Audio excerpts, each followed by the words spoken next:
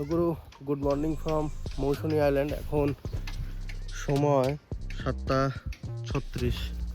তো আমরা ফ্রেশ হয়ে রেডি হয়ে গেছি। এখন চা দিচ্ছে, চা দেওয়ার পর ব্রেকফাস্ট করে এখান থেকে বেরিয়ে যাব। তো থাকার প্ল্যান ছিল 2 থেকে 3 দিন, সেভাবেই এসেছিলাম। কিন্তু এই সময়টা না ঠিকঠাক লোক নেই, আর এখনও ওই যে দেখালাম ক্যাম্পগুলো এখনও রেডি হচ্ছে, তো পুরোটা এখনও রেডি হয়ে উঠতে পারেনি। তো আমরা নিয়েছিলাম ওই উপরের কটেজটাই। তো রাত্রে আবার নিচে রুম নিতে হয়েছিল, তার কারণ আছে। তো উপরে একটু গরমের ভাবটা বেশি ছিল, তাই নিচে আবার গেলাম। ওনারা এখন ফাঁকা আছে, বললো চলে আসো, অসুবিধা নেই। আর ওনার সঞ্জয় দা এখানেই ছিলেন, তো অনেকটাই হেল্প হয়েছে। আর অনেক কথা হলো রাত্রে। বললাম যে আমরা 2020-তে 17 জন মিলে এসেছিলাম, বিলও আছে, তা কথা হলো। এবার তো পরপর কিন্তু আরও ব্লগ আসতে চলেছে। আর এখান থেকে আমরা এখন ফিরছি বাড়ি থেকে কোথায় যাব, কি করব, আরও কিন্তু নতুন কিছু সিরিজ আসতে চলেছে। তো চোখ রাখতে হবে কিন্তু চ্যানেলের দিকে। তো চলো বেশি কথা না বাড়িয়ে ব্রেকফাস্টটা করে রওনা দেবো। সকালের ব্রেকফাস্ট এই যে, এটা কি ঘুগনি, এটা ঘুগনি, ডিম সেদ্ধ আর লুচি। আর ওই যে আমার গাড়িটা দাঁড় করানো। তো মৌসুনি আইল্যান্ডকে 8:27 টাটা বলে বেরোচ্ছি, আর সাথে ডলফিন ক্যাম্পকেও। ডলফিন ক্যাম্পে সবারই ব্যবহার ভালো, খাওয়া দাওয়ার কোয়ালিটিও 1 নম্বর, মোস্ট প্রবাবলি টপ রেটেডই বলা চলে। ওই যে 4 চাকার যে বললাম, 4 হুইলারের, যদি 4 হুইলার নিয়ে আসেন তাহলে এখানেই পার্কিং করাতে হবে, পার্কিং করিয়ে যেতে হবে। চার্জটা যদিও জানি না। তো আমরা 9:13 পার হয়ে চলে আসলাম, এবার যাব।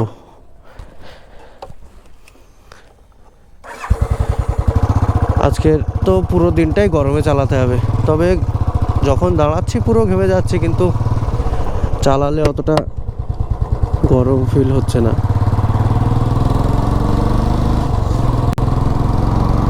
তো আমরা এখান থেকে যাচ্ছি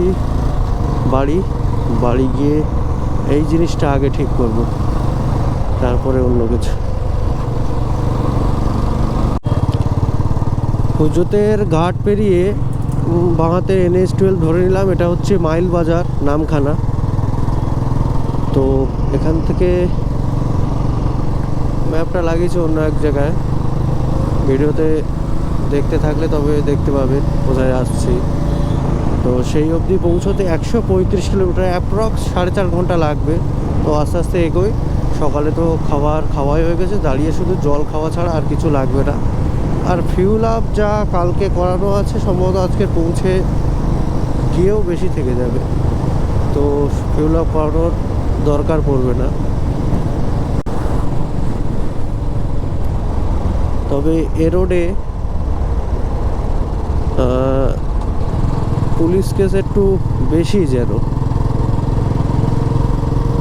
একটু দেখে শুনে চালাতে হবে এই রোডটা, যারা বাইকাররা আসছে আর কি। তো সময় এখন 9:29। নামখানা ব্রিজ দেখে গোপ্রো অন করতে যাই, দেখি আবারও হ্যাং হয়ে গেছে, অনই হচ্ছিল না। ব্যাটারিটা খুলে আবার লাগাতে অন হলো। তো এগোচ্ছি আস্তে আস্তে। নামখানা ব্রিজটা কিন্তু সুন্দর দেখায়, প্রচুর লোকে এই যাওয়া আসার পথে এখানেই দাঁড়িয়ে ছবি তুলতে হবে। টুকটাক দাঁড়াও যায়, তেমন তো রাশ নেই ব্রিজের উপরে, টুকটাক দাঁড়িয়ে ছবি টবি তোলাও যায়। বাইকাররা হয়তো যাচ্ছে, কাকদ্বীপ বকখালি যাও। তো এটা কাকদ্বীপের স্বর্ণকালী মন্দির। এই জায়গাটা একটু দাঁড়ালাম। বলি জায়গাটা দাঁড়ানোর কারণ, এক্স্যাক্ট ঠিক এই জায়গাটায় 2020-তে রাত্রি তখন 1টা নাগাদ আমরা দাঁড়িয়েছিলাম। একটা 4 হুইলার এসে পুরো চেপে দিয়েছিল আমাদের, এক্স্যাক্ট এই জায়গাটায়। যারা এসেছিল আমার ভিডিওটা দেখতে হলে পুরো রিলেট করতে পারবে। আর অনেক বালি ছিল, সে তো যিনি মেরেছিলেন জানেন, ওনার ভুল, চোখ লেগে গেছিলো বোঝা যায় অত রাত্রে, সাথে সাথে রিভার্স নিয়ে বেরিয়ে গেছিলো, দাঁড়ায়ও নি। একটু জল খেয়ে নেবো, জল খেয়ে বেরোবো। তো সময় এখন 11:21। এখান থেকে আমরা NH-12 ছেড়ে দেবো, ডান দিকে ঢুকতে হবে।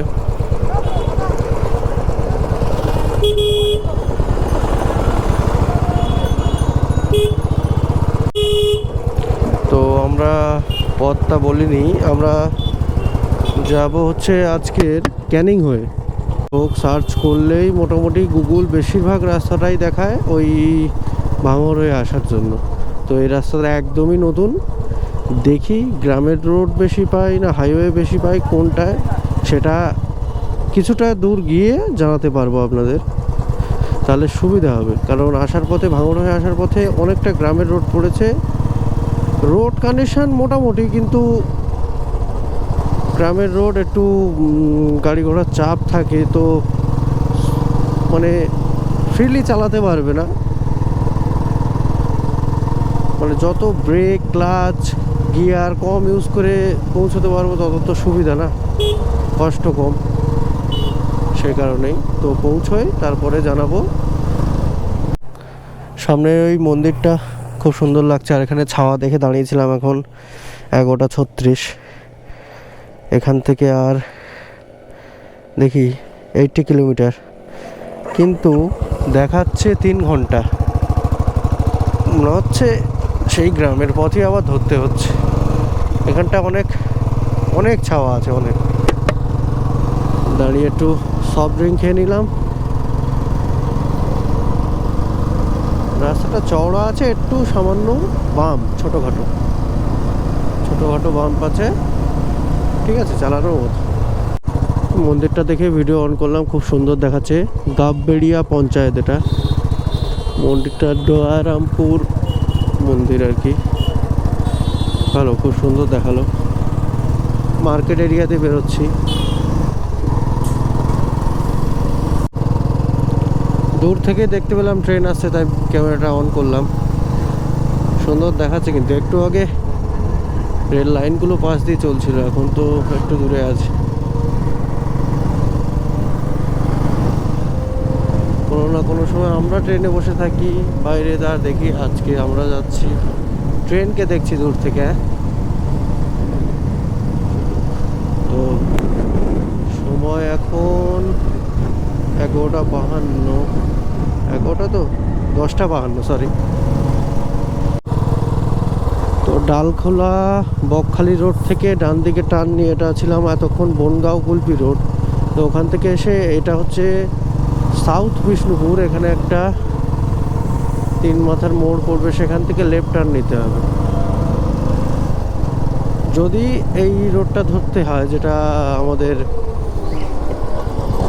বাসন্তী হাইওয়ে, মানে ক্যানিং হয়ে যেটা যাচ্ছে, ক্যানিং সরবেরিয়া হয়ে মালঞ্চ টাচ করছে, যদি এই রোডটা ধরতে হয় তবে এই রোডেই আসতে হবে। একটু গ্রামের ভিতর দিয়ে, তো রাস্তা ভালো, কিন্তু ওই সময়টা লাগছে ওখানেই। গাড়ির চাপ, প্রচণ্ড গাড়ির চাপ, সেই প্রচণ্ড জ্যাম। বাবা, অনেকটা পুরো লাল হয়ে আছে।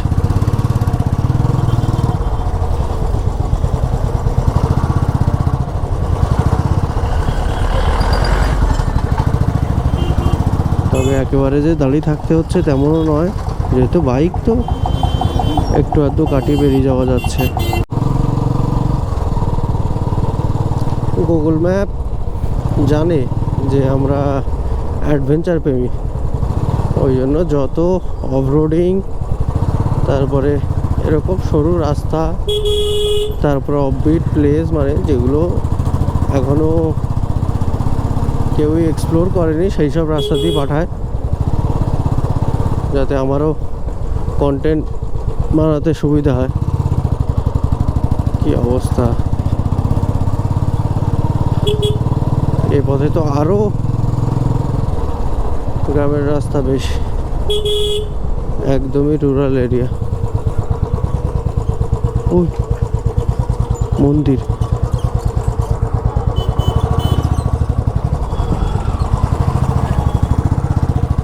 না।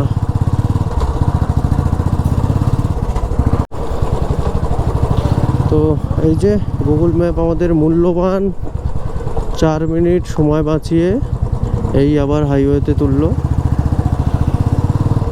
যে 4 মিনিট মূল্যবান সময় বাঁচালো আর ওই প্রপার অফরোডিংয়ে পৌঁছে দিয়েছিল। তো অসংখ্য ধন্যবাদ। আর কি করা যাবে, কোথাও অজানা জায়গায় যাওয়ার জন্য গুগল ম্যাপই তো ভরসা।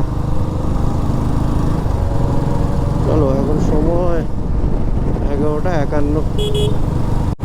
বাবা, তো একটু দাঁড়িয়ে রেস্ট নিয়ে জল টল খেয়ে নিলাম।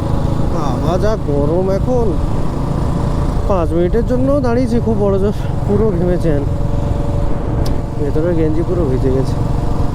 এই চললে তখন আবার হাওয়া লাগছে, একটু ঠান্ডা ঠান্ডা লাগছে। কোন সময় এক্স্যাক্ট 12টা। তো মিনিট 5 না, তার বেশি, 10 মিনিট ধরে স্করপিওটার পিছনেই আছি। স্করপিওর নাম্বারটা দেখে নিন, WB02AL2858। তো পিছনেও অক্সিলারি ল্যাম্প লাগানো, মানে বোঝাই যাচ্ছে রাশ ড্রাইভার, আর তখন থেকে রাশ ড্রাইভিংই করছে। সাইডও দিচ্ছে না, নিজের মতোই চলছে। আমার সাইডও লাগবে না, ভালোই রাস্তা ফাঁকা করে চলছে। আমার পিছন পিছন হর্নও দিতে হচ্ছে না, সুবিধাই হচ্ছে, আমি যেতেও যাই না। তো যেটা বলার জন্য, তো পিছনে অক্সিলারি ল্যাম্প তারাই লাগায় যারা, যে আমার পিছনের মানুষকে যারা ডিপার টিপার দেয় তাদের জন্য আর কি, তাদেরকে আর কি দেখাবে যে আমাকে ডিপার দিলি কি করে, তুই নিজে এবার সহ্য কর লাইটটা। আমরা এখন আছি বারুইপুর ক্যানিং রোড, 12:22। এটা মাতৃমা, একটা বিশাল বোর্ড দেওয়া যেটা লেখা গেটওয়ে অফ সুন্দরবন মাতলা গ্রাম পঞ্চায়েত। আর প্রচুর বড় মার্কেটটা, সমস্ত রকম দোকান দেখতে পাচ্ছি, আরও তো অনেক বন্ধ রয়েছে। এই যে ক্যানিং ব্রিজ, আসার দিন একটা ব্রিজ পার, মানে বড় ব্রিজ বলতে গেলে একটাই ব্রিজ পার হতে হয়েছিল, আর বাদ বাকি তো চেনাই। ওই পথ দিয়ে আরও একটা রেলওয়ে পথ হচ্ছে হয়তো, সম্ভবত। মাঝখানটা পুরো দ্বীপ মতো, আর দুদিক থেকে নদী। এটা আলাদা সৌন্দর্য। এইমাত্র বোর্ড দেখলাম যে এখান থেকে সরবেরিয়ার 14 কিলোমিটার, মালঞ্চ 31 কিলোমিটার। তো আর দরকার পড়বে না ম্যাপের, এবার পুরো পথটাই চেনা। তো যেটা বলার, আমি এ পথ দিয়ে আসার কারণ, আমি যাওয়ার পথে ঢুকবো আমার মামার বাড়ি। বহুদিন আসা হয় না, মামার বাড়ি ঢুকবো, 1 ঘন্টা 2 ঘন্টা কাটিয়ে বিকেলের মধ্যে বেরিয়ে যাবো। এখন সময় 12:30, এই 1টার মধ্যে ঢুকে পড়বো। তো আবারও গ্রামের রাস্তায় ঢুকে পড়েছি, বাসন্তী হাইওয়ে ধরে ভেতরে চলে আসলাম। মেন একটা তো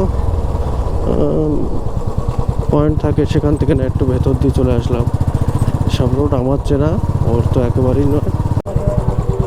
মামার বাড়ি কাউকে জানায়ও নিজে আসছি, দেখি কীরকম রিয়াকশান পাই। খুশি তো হবে সবাই, বহুদিন আসেনি। গাড়ি দে, চিনিস তুই আমাকে, চিনিস? হ্যাঁ, এই বসে আছে। সময় এখন কটা, 4:05। 3টে বেরোবো করতে করতে এতক্ষণ হয়ে গেল।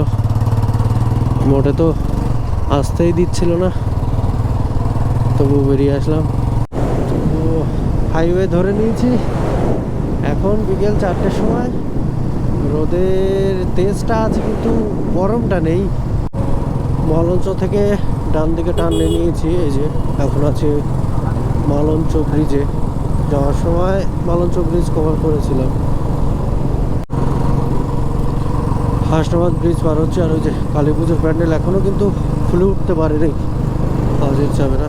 পৌঁছাতে বিকেল হয়ে গেল। অ্যাকচুয়ালি টানা আসলে তো দুপুরের মধ্যেই চলে আসতাম।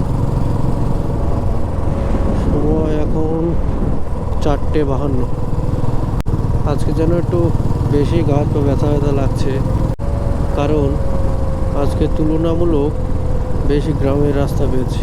আর যা গাড়ির অবস্থা, গাড়ি চালায় ঠিকই সবাই, কেউ কারুর লেন মেনটেন রাখে না, যে যার মতো স্পিডটা মেনটেন রাখে কিন্তু লেন মেনটেন করে না।